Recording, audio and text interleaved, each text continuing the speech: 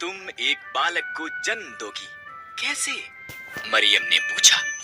मेरा तो विवाह नहीं हुआ है। परमेश्वर का पवित्र आत्मा तुम पर आएगा। बालक परमेश्वर का पुत्र होगा। मरियम ने उस पर विश्वास किया।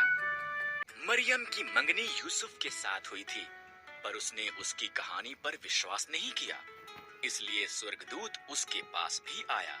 मरियम झूठ नहीं बोल रही है। उसका बालक परमेश्वर का पुत्र होगा। तुम उसका नाम यीशु रखना। कई महीने बीत गए। तब वो बैतलहम यूसुफ के शहर में सरकार के पास नाम लिखाने के लिए यात्रा करके गए। उस लंबी यात्रा के बाद मरियम के जन्म देने का समय आ पहुंचा। बैतलहम में सभी सराएं भरी हुई थीं।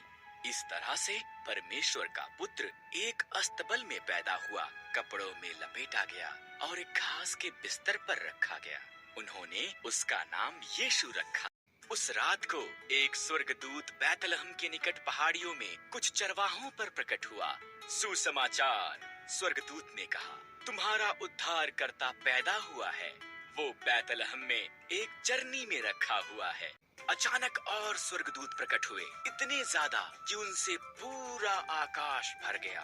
आकाश में परमेश्वर की महिमा। उन सब ने गीत गाया, पृथ्वी पर उन मनुष्यों में जिनसे वो प्रसन्न है शांति हो। जब स्वर्गदूत चले गए, चरवाहे जल्दी से बैतलहम के लिए निकले। उन्होंने बालक, उनके उद्धारकर्ता को एक घास के बिस्तर पर लेटा देखा। ये ऐसा ही था जैसा कि स्वर्गदूत ने उनसे कहा था। चरवाहों के यीशु को देखने के बाद वो शहर में से होकर गए।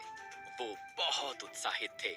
उन्होंने जो हुआ था वो सबको बताया और उन्होंने परमेश्वर की उस सब के लिए जो उसने किया था प्रशंसा की।